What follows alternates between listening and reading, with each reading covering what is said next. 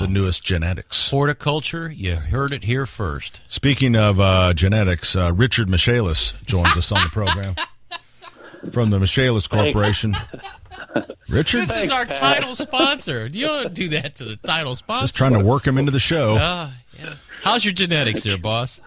Good morning, gentlemen. How are we? We're doing well. Now, you have had to have had a busy week. Oh, boy. We are. Yeah, extremely busy.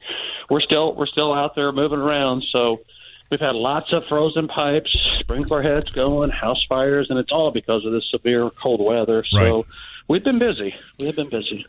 You know what? I had a situation in one of our rental houses where, and, you know, I wouldn't have even thought of it, but, you know, the kid said, hey, the shower's frozen. It's like, well, all right, well, it's, you know, and it was towards the end of it, so I knew it was going to thaw out. So, but he left it on. Well, the drain pipe was frozen too.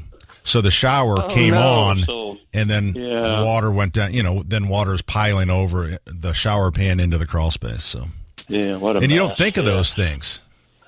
Well, no, but it didn't burst the pipe, right? It just froze. No, just froze. The trap itself, and the pressure lines thawed themselves out before the drain line did. You know, so another mess. A lot of them around central Indiana. Hey, Richard, earlier in the show, we had somebody who had a flooded crawl space and black mold was starting to pop up. In a situation like that, do you deal with the black mold and remediation, or do you fix the crawl space first? Well, we do it all, but we would probably go after drying down the crawl space first and then go after the mold remediation. Okay. And, you know, this time of the year, it's so cold, I would be shocked if there would be any real microbial growth that's active. I mean, it's just frozen. So the way he described it, too, is that it was like, right to but the it core. was, he said it was like completely, the floor joist was completely black with mold. I've seen it. I've absolutely seen it. And we just go in and clean it in that situation.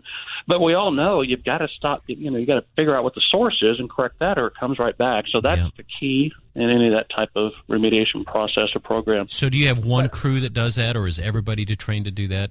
Do you? We've got a team of 7, so we break them up in 1 or 2 people teams. So we may have as much as 3 or 4, you know, groups or teams going at once.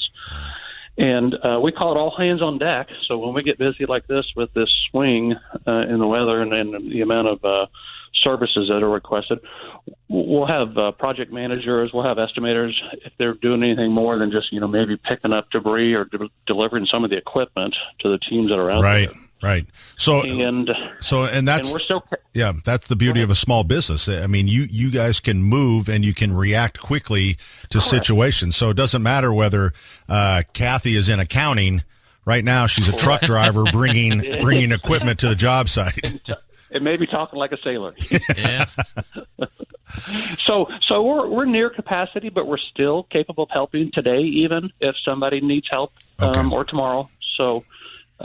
Hey, Richard, calls from all over, or do you see more from the north, or, I mean, how have that kind of spread out? All over? Yeah, all over. Yeah, as far as, you know, up around Zionsville all the way down to the Bloomington area. So, wow.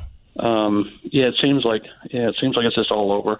And the weather's so severe that even buildings or homes that have been tested with the last cold burst, maybe back in 2015, they're being challenged because it's just a record temperature. Sure. So even if building defects or something like that's been corrected from the last cold, we're noticing that just because it's so severe that you can't even use that as an excuse, I guess, that I know the building's been through a cold spurt, so we're probably safe. Any cars and buildings this week? What's the count?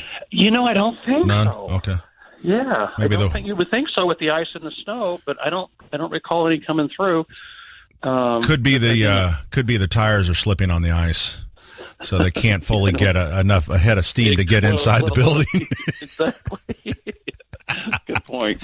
Richard, thanks for spending a little time with us. It's Richard Michaelis. He sounded a little tired to me. I like that guy. 844-FIX-INDY is the number. 844-FIX-INDY. They are available 24/7, 365. The Michaelis Corporation. Construct, renovate, restore.